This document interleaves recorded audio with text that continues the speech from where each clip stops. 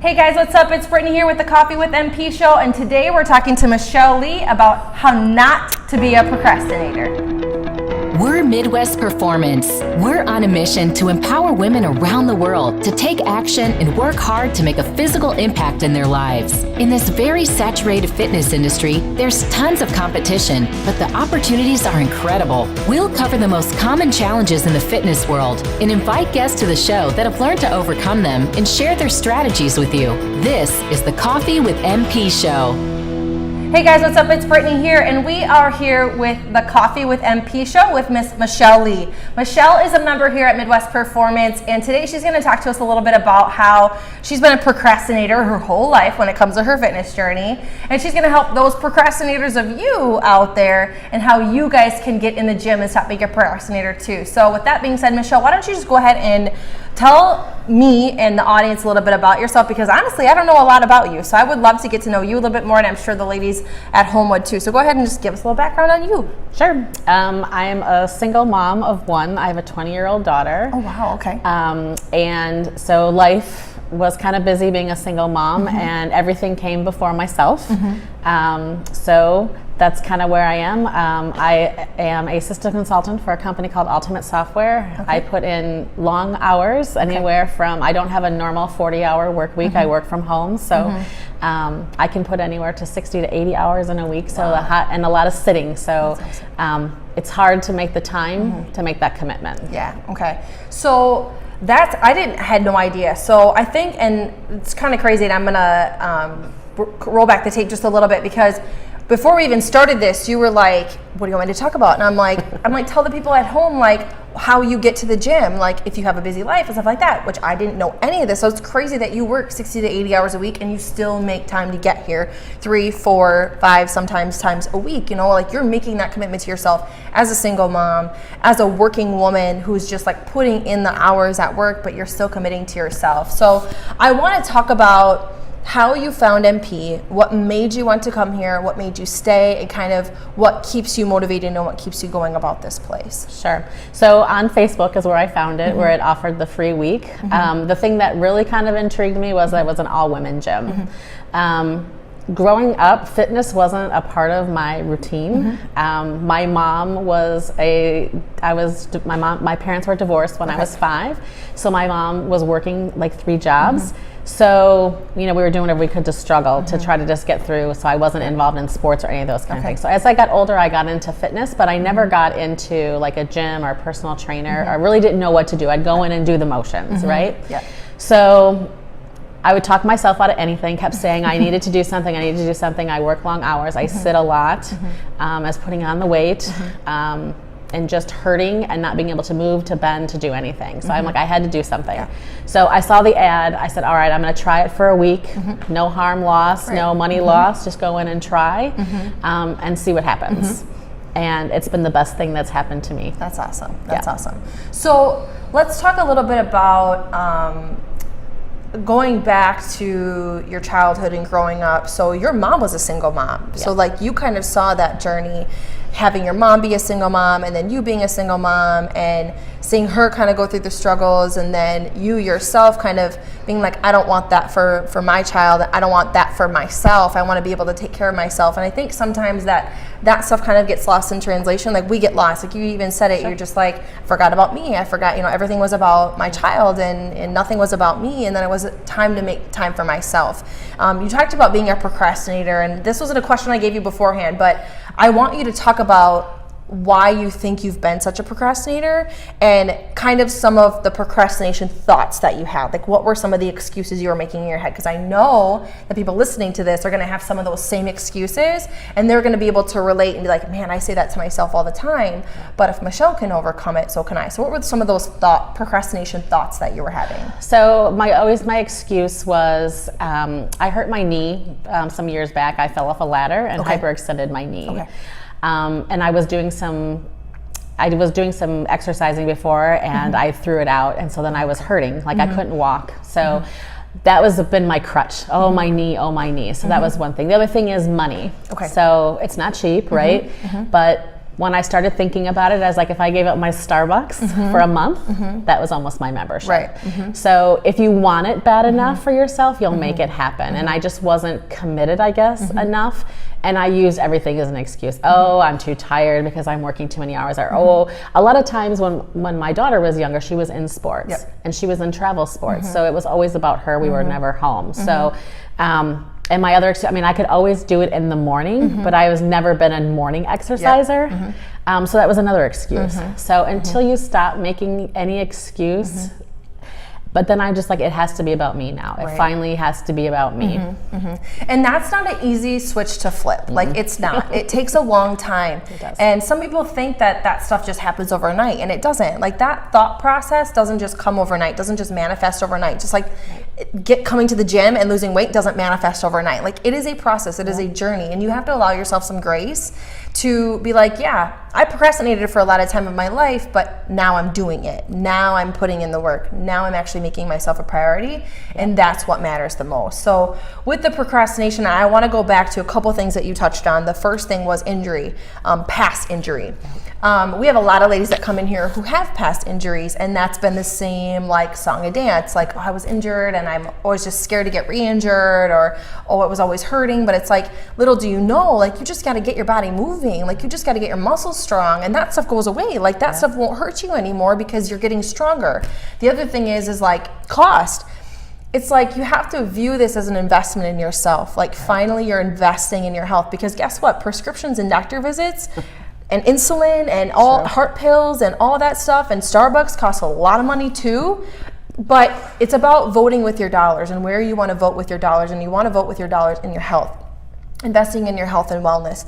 And not only weight loss, but like mentally and emotionally, like, you get something here that's really special. And it's not just the classes, it's like the camaraderie and like just the happy feeling of like being able to smile when you come in here, and just knowing that somebody's looking forward to you coming to class, and someone is looking for you to come into the studio, and someone's looking to be like, hey Michele, how are you? You know, it's that feeling. So when you chase the feelings like that instead of chasing the excuses, it totally makes a difference. So I applaud you for stopping the procrastination and really getting in here. And I'm sure sometimes, I'm sure you can say this, is that you go back to that sometimes. There are some days where you're like, oh, I don't want to go to the gym, I'm tired, stuff like that. Like, how do you get over those thoughts even now? Even though you've stepped into it already, how do you beat those thoughts that you probably still have? So right now, since I've joined, I really look forward to coming to the gym. I really don't have those feelings. I know it's hard to believe, but right now I really don't. And it's just, I have to put myself first, and I just have to, even with my job, like, sometimes things will come up and I'm like, I'll be back in an hour. But it's like, it's for me. And then I feel guilty. So like this past weekend, I wasn't here. My friend came in from town. We went out for my birthday, and I've guilted myself all weekend because I wasn't here. And I figured, at least if I was doing bad things, I really wasn't doing bad things, but you put that guilt on yourself. So it's working somehow. And somehow that like holds you accountable. Like that guilt, like even though it sounds bad, somehow in a crazy way holds you accountable. Because you're like, man, I missed the gym. Like, I've just worked so hard to like get to this and like get myself in there, and then I miss, like, but that's a good thing. When you chase that feeling, it becomes so much easier the further along the line that you go. Like, this journey just gets easier when you chase that feeling. So that's great. I want to talk about some of the struggles that you've had along the way, you know, because there are ups and downs and ebbs and flow in this journey. And I want to talk about some of the struggles that you've had, and being kind of new into this journey, how you've been able to work hard to overcome the struggles that you've had. So a lot of things is some of the movements. So a lot of them are more intense, but what I like about it is they always show, you know, different modifications and building the strength. Like my knee is my issue. So the TRX things and the different things about the bouncing, using the boxes. So that's giving me more courage to try to work harder. So I feel like I don't just have to stop. I can at least do something and work up to that. Right, exactly. Yeah. And I think that's good, is that sometimes when you come into a gym and the trainer's like, oh, it's okay if, like, oh, you can just modify if you need to. It's like, no, we want you to modify, because guess what? You get to keep moving. Like, just because you can't do a full burpee on the floor doesn't mean you can't do it on the box and get just as good of a workout as you would doing it on the floor. But it's about continually moving and like just keeping your body moving, because it also keeps your mind moving too. It makes you feel like, okay, I'm still doing something and like I'm still getting somewhere, because eventually if I keep doing this, I'm going to get those muscles stronger and I'm going to be able to do a full burpee or a full jump squat or whatever the case may be. So I think that that's great that you recognize, like, I don't care if I have to modify because I'm still moving. I'm still getting something out of this, which is great. I want to talk a little bit more about just some of the overall struggles that you still have, you know, just in general, like mindset wise and like maybe nutrition wise, and like where you kind of see Michele now and where you see Michele in like 6 months, 12 months, you know, 2 years down the road. So as you know, I joined the five-week challenge after I started, and that's been eye-opening for me. So I've never had the nutrition side of things and understanding kind of how things go together. And I think I've told you, because you were my coach, about it's a science project and really understanding that. So that's helped me tremendously. And the good thing about it too is my daughter's like really into fitness and well-being, and so she's kind of been with me with eating and trying to do recipes and shopping and preparing and doing all those things. So that's been a real plus. But still my weight, you know, I am down since I started and I've lost, you know, some inches, but I do have a long way to go. So trying to just get myself stronger, and I've seen, you know, some improvement. I'm being able to do, you know, a little bit more than I was, and I just try to keep pushing myself forward. So that's awesome. That's so cool. And I think that that's the point, is understanding that this is a journey, and like you're gonna have a lot of ups and downs and highs and lows. You're gonna learn a lot about yourself, mentally, emotionally, physically, all of that. You're really gonna learn a lot about Michele. It's like almost like soul searching, like finding that inner person that you know is strong and wonderful and just happy and excited about life and fitness and health and just making yourself an overall better human being. I think it's amazing that your daughter does that stuff with you. I didn't know that either, so I think it's really cool to like have a young person there who loves you, who adores you, who cares about you, and who wants what's best for you. And you're also modeling an amazing thing for her too. I'm sure she's super proud to see you really focusing on yourself too, now that she's older and she can kind of take care of herself and do things for herself. So she's probably like, this is cool to see my mom really focusing on herself, because my dad was a single parent with my sister and I for a long time, and it's always, when you have that bond with a single parent, when I had that bond with my dad, it was always like I always wanted what was best for him, because he always took care of us, and I'm sure that your daughter feels the same way about you, so that's really cool. I also like that you appreciate that I've lost some, but I'm still going, like I'm still going to keep pushing forward. I'm still going to keep doing what I'm doing, because I know every single day I'm making myself better. The nutrition thing is really key too. Like, what did you feel like you learned the most about yourself when it came to nutrition when you did the 5-week challenge? The biggest thing is like kind of what to put together and what not put together. So I have those pie charts in my head. That's awesome. That's awesome. So yeah, and how it plays a big role. The other problem is the big, and I always knew this, you know, preparing, that's the hardest thing, is preparing and getting those things done. With my job, there's times where I can sit at my desk for hours and not eat, and then I just go grab whatever, and mostly sugar, carbs, and that's usually what I was eating before. So with this, I've been trying to be more prepared and just having other snacks available to me, whether it's nuts or some fruits or vegetables, just stuff to, if I have to just grab stuff, if I can't make something in between.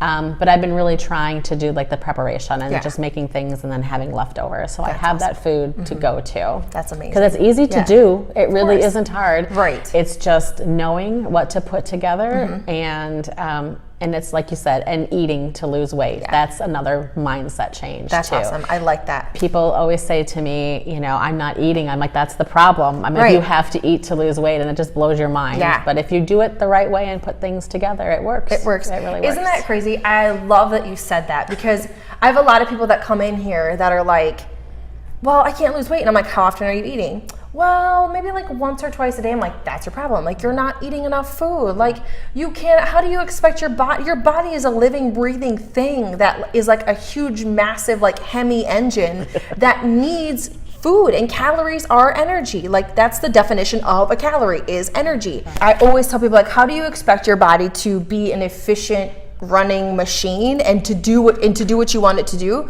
without actually feeding it? So I think it's great that you mentioned that. And also, like I was saying, it's amazing the turn, the corner turn that you've made in your life from being that procrastinator and putting everybody else first to now the whole theme of this conversation has been like, it's about me. Now I'm not making excuses. You literally don't procrastinate anymore. Like that's just not a thing that you do anymore. And before we even started this, you're like, I could talk myself out of anything. And now you spend more time talking yourself into stuff. And I think that's amazing. So to kind of wrap things up, Michele, I made Donna do this, and I want you to do the same thing. You know there are Michelles out there that are going to be listening to this, that are going to be watching this, that are going to hear you talk, and they're going to be like, man, like that just hits me like right here. Like that's me. That's my life. That's what I am doing right now. What would you say to the Michelles in the world out there that are watching this to give them the strength and the courage to stop making the excuses, to stop procrastinating, and to start putting themselves first? So I would take that Facebook promise out there about coming in and doing the first week. Come through the doors. It's the hardest thing you'll ever do, but once you get in here, you'll love it. It's a great group of people. You'll enjoy coming and you'll want to come and you'll feel better for it. That's awesome. I think that's great. So with that being said, Michele, is there anything else that you want to add? Anything else that you want to tell the people at home that are listening, that are watching before we kind of wrap things up? Sure. Like I said, this has been the best thing I probably have done for myself. And I do enjoy it. I enjoy the people. You guys are all great. You and Marcia, all the trainers are wonderful. The people that I've met going through the same struggles as I am. It's kind of fun to talk to some new members. And you know, they're starting the challenge and just kind of talking about those things. So we're all in the same boat. We're all here for different reasons. But the end goal is to be a better you. That's awesome. I love that. So with that being said, Michele, I do have a gift for you. So this is kind of a long stemming thing because all the guests on the Coffee with MP show have always been like, I'm so nervous. And it's like, don't be nervous. Like, you're going to be fine. So Marcia actually created these t-shirts and they say, I survived the Coffee with MP show. So every guest that comes on the show gets a shirt. So this is your shirt, Michele. Thank you. Thank you so much. Honestly, we're so proud of you. We're so excited to be a part of your journey. You're an amazing asset to the group of ladies here. We love your vibe. We love what you bring to the table. And we're just super excited to see where you go from there. So with that being said, guys, thank you so much for tuning in today, and we'll see you next week. Thanks for joining us today. If you like this episode, subscribe to our YouTube channel or find our podcast on iTunes, Google Play, Spotify, or wherever your favorite places to listen to podcasts might be. And if you really liked this episode, please leave a review for us on iTunes. Thanks, and we'll see you next week.